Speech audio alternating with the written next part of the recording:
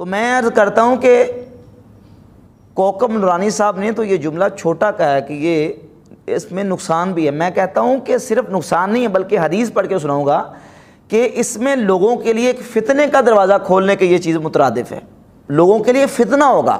اب اٹھائیں صحیح مسلم شریف, اسی ایپ سے اسلام 360 سے صحیح مسلم کی حدیث نمبر 14 نکال لیں. مقدمہ صحیح مسلم امام مسلم رحمۃ اللہ علیہ نے بیان کی ہے کہ سیدنا عبداللہ ابن مسعود رضی اللہ تعالیٰ عنہ فرماتے ہیں ما انت بمحدث قوما حدیثا لا تبلغ عقولهم. فرمایا ما انت بمحدث قوما, تو قوم سے حدیث بیان نہیں کرتا کہ وہ حدیث لا تبلغ عقولهم, کہ جو ان کی عقلیں جس حدیث تک نہ پہنچ سکیں, الا کان لبعضهم فتنہ, کہ وہ حدیث بعض لوگوں کے لیے فتنہ بن جائے گی. کیا بنے گی؟ فتنہ. تو حضرت عبداللہ ابن مسعود رضی اللہ تعالیٰ کے اس فرمان سے یہ بات بالکل واضح ہوتی ہے کہ بعض احادیث ایسی ہیں کہ جن تک لوگوں کی عقل اور سمجھ نہیں پہنچ سکتی, اور عقل اور ان کی سمجھ متحمل نہیں ہوتی کہ وہ اس حدیث کو سمجھ سکے, اور نتیجتاً وہ حدیث لوگوں کے لیے فتنے کا سبب بن جاتی ہے. تو ہر حدیث ہر بندے کے سامنے بیان کرنے یہ درست نہیں. آ گیا میں اور احادیث بھی انشاءاللہ دلائل کے ساتھ یہ بیان کروں گا کہ ساری حدیثیں عام لوگوں کے بیان کرنے کے لیے نہیں ہیں. اسی لیے حضرت عبداللہ ابن مسعود رضی اللہ عنہ فرماتے ہیں کہ الا کان لبعضهم فتنہ, کہ وہ حدیث اگر تم عام لوگوں کے لیے بیان کرو گے تو وہ حدیث لوگوں کے لیے کیا بن جائے گی؟ فتنہ بن جائے گی. اور صحیح بخاری میں امام بخاری رحمۃ اللہ علیہ نے باقاعدہ باب قائم کیا, باب کا نمبر 49 باب قائم کیا ہے, باب من خص بالعلم قوما دون قوم, کہ جس میں علم کو دینے کے لیے, علم کے لیے خاص کر لیا گیا ایک قوم کو, دون قوم دوسری قوم کو چھوڑ کر, یعنی علم دینے کے لیے بعض لوگوں کو خاص کر لیا گیا اور بعض لوگوں کو چھوڑ دیا گیا, ان کو وہ علم نہیں دیا گیا. کیوں؟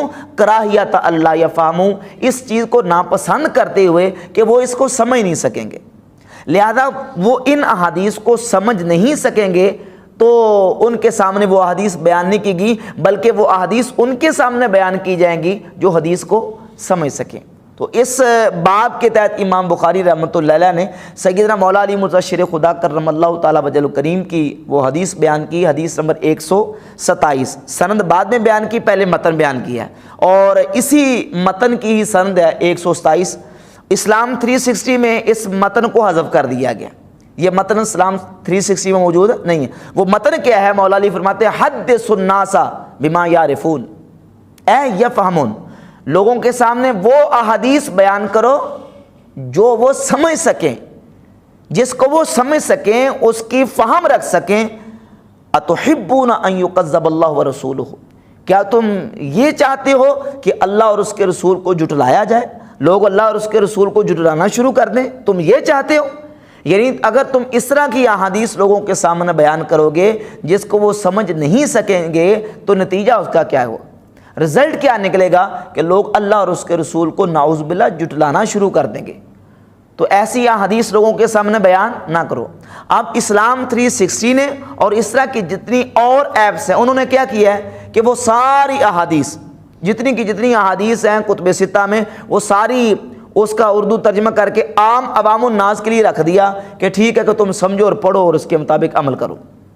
حالانکہ عوام جو ہے وہ ان احادیث کو سمجھنے کے متحمل نہیں. یہ میں نہیں کہہ رہا, خود مولا کائنات علی مرتضیٰ شیر خدا فرماتے ہیں حدث الناس بما یعرفون, ساری احادیث لوگوں کے سامنے بیان نہ کرو بلکہ کون سی کرو؟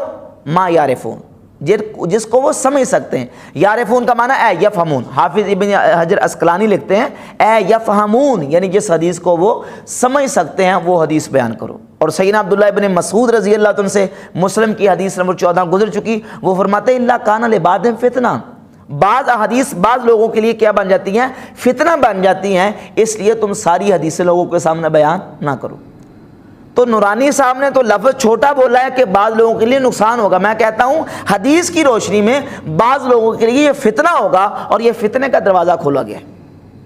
اب مرزا جیل میں نے پوری سپورٹ کرنے کی کوشش کی اور کہا کہ جناب یہ دیکھیں یہ مولانا صاحب نے کیا کہہ دیا اور اس سے مولویوں کی روٹی بند ہو جائے گی اور یہ ہو جائے گا فلاں ہو جائے گا, اس طرح کی جو نا وہ باطل قسم کی باتیں کر کے لوگوں کو جو نا وہ ورگلانے کی کوشش کیا۔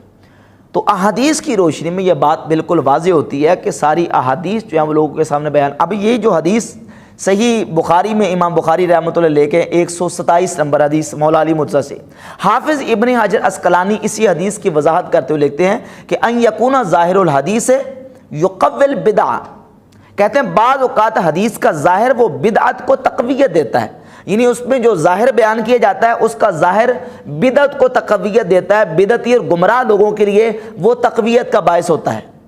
وَظَاهِرُهُ فِي الْأَصْلِ غیر مراد، کہتے ہیں اصل میں اس حدیث کا ظاہر مراد نہیں ہوتا، بلکہ اس حدیث کے اندر جو مخفی اور پوشیدہ معنی ہوتا ہے حدیث میں وہ مراد ہوتا ہے، لیکن اس کا ظاہر وہ بدعتی لوگوں کے حق میں جا رہا ہوتا ہے۔ اس لیے فرمایا کہ حدث الناس بما یعرفون، جس کو لوگ سمجھ سکتے ہیں وہ حدیث بیان کرو، دوسری حدیثیں بیان نہ کرو۔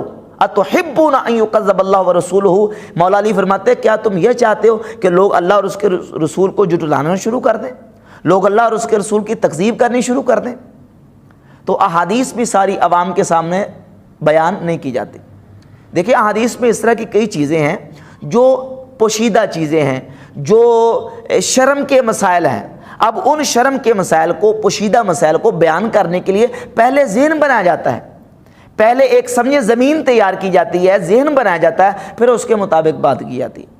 جب مدارس میں اساتذہ اپنے شاگردوں کو، علماء اپنے شاگردوں کو پڑھاتے ہیں، استنجا کے مسائل ہیں، حیض و نفاس کے مسائل ہیں، شرم کے مسائل ہیں، تو ان کو بیان کرنے کے لیے پہلے ذہن بنایا جاتا ہے کہ بھئی یہ مسائل بھی ہمارے دینی مسائل ہیں، اس کو ہم نے سیکھنا ہے اور یہ ہماری ضرورت ہے، اور دین ہمیں ان ساری چیزوں کی تعلیم فراہم کرتا ہے۔ تو ان چیزوں کو سمجھانے کے لیے باقاعدہ سے پہلے ایک ذہن بنایا جاتا ہے، پھر ان مسائل کو لوگوں کے سامنے بیان کیا جاتا ہے۔ تو اس طرح ایک لڑکے نے خود مجھے مل کے کہا کہ دیکھیں جی وہ میں نے اسلام 360 ڈاؤن لوڈ کی تھی، میں نے تو حدیثیں پڑھی ہیں، مجھے تو بڑا ایک میرا جو نا وہ بڑا میرا ذہن پریشان ہوا ہے۔ وہ کیوں کہا؟ وہ اس لیے کہا کہ وہ لوگ متحمل ہی نہیں ہیں ان چیزوں کو سمجھنے کے۔ اور پھر اس میں کارروائی کیا کی گئی ہے؟ کارروائی اس میں کیا کی گئی ہے وہ یہ کہ یہ ساری کی ساری کتب حدیث، ایک دھوکہ یہ دیا گیا، دیکھیں جی اس میں تمام مکاتب فکر کے جو قرآن پاک کے تراجم رکھے گئے ہیں، تو کیا صرف کنز الایمان ترجمہ رکھ دینے سے بات جو ہے نا وہ یہ کافی ہو جائے گا؟ جتنے احادیث کے تراجم ہیں کتب ستہ کے، وہ سارے کے سارے وہ تراجم ہیں جو وہابیوں کے تراجم میں رکھے گئے، سارے وہابیوں کے تراجم بھی وہابیوں کے رکھے گئے۔ اور پھر اس کے بعد یہ ہے کہ ان احادیث پر جو حکم ہے، یعنی تحکیم کہ یہ حدیث صحیح ہے یا یہ حدیث ضعیف ہے۔ ظاہر ہے کہ جو سنن اربع ہے، بخاری مسلم کے بعد جو ابو داؤد، ترمذی، نسائی، ابن ماجہ، یہ کتابیں جو ہیں ان میں محدثین نے، ائمہ نے یہ تو نہیں لکھا ہے کہ یہ حدیث صحیح ہے یا ضعیف ہے۔ خال کوئی حدیث ہے جس کے نیچے امام ترمذی رحمۃ اللہ اکثر لکھتے ہیں کہ یہ حدیث حسن ہے، یہ حدیث صحیح ہے۔ سب حدیثوں کے بارے میں یہ اپنے کومنٹس اور تبصرے انہوں نے نہیں لکھے۔ اب بعد والے جو غیر مقلدین میں سے خصوصاً ناصر الدین البانی، ایک بڑے کٹر قسم کے چڑے ہوئے وہابی ہیں، انہوں نے ان کتب جو اربع ہیں، سنن اربع، ان پر تحکیم کی ہے، لکھا ہے کہ یہ حدیث صحیح ہے، یہ حدیث ضعیف ہے۔ تو وہ ساری کی ساری تحکیم وہ اس اسلام 360 میں شامل کی گئی ہے جو کہ وہابیوں کی تحکیم ہے، یعنی وہابیوں نے جس حدیث کو صحیح کہہ دیا وہ صحیح ہے، اور جس کو وہابیوں نے ضعیف کہہ دیا وہ ضعیف ہے۔ تو مجھے بتائیں کہ وہابیوں کی تحقیق پڑھنے والا سنی وہ پلا سنی رہ سکتا ہے؟ ذرا وہ ابھی بنے گا نا۔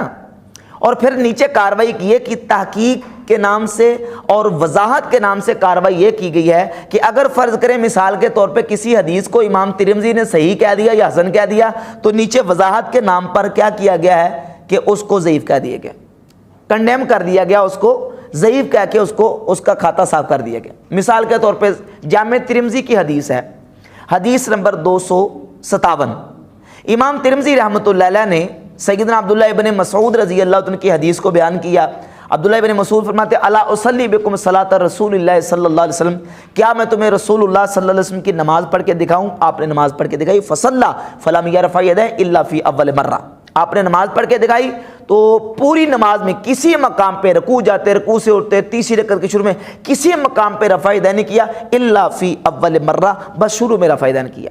اب یہ حدیث بالکل واضح طور پر امام اعظم ابو حنیفہ رحمۃ اللہ کی دلیل ہے، اور اسی حدیث کو دلیل بنا کر امام اعظم رضی اللہ تعالیٰ نے فرمایا کہ نماز میں کسی مقام پہ سوائے شروع کے رفع دین نہیں ہے۔ امام ترمذی نے کہا حدیث ابن مسعود حدیث حسن وبہ یقول غیر واحد من اہل العلم من اصحاب النبی صلی اللہ علیہ وسلم، نبی کریم علیہ الصلوۃ والسلام کے بے شمار اہل علم صحابہ اسی کے مطابق عمل کرتے تھے کہ وہ نماز میں رفع دین نہیں کرتے تھے، بے شمار تابعین یہی عمل کرتے تھے کہ وہ نماز میں رفع دین نہیں کرتے تھے۔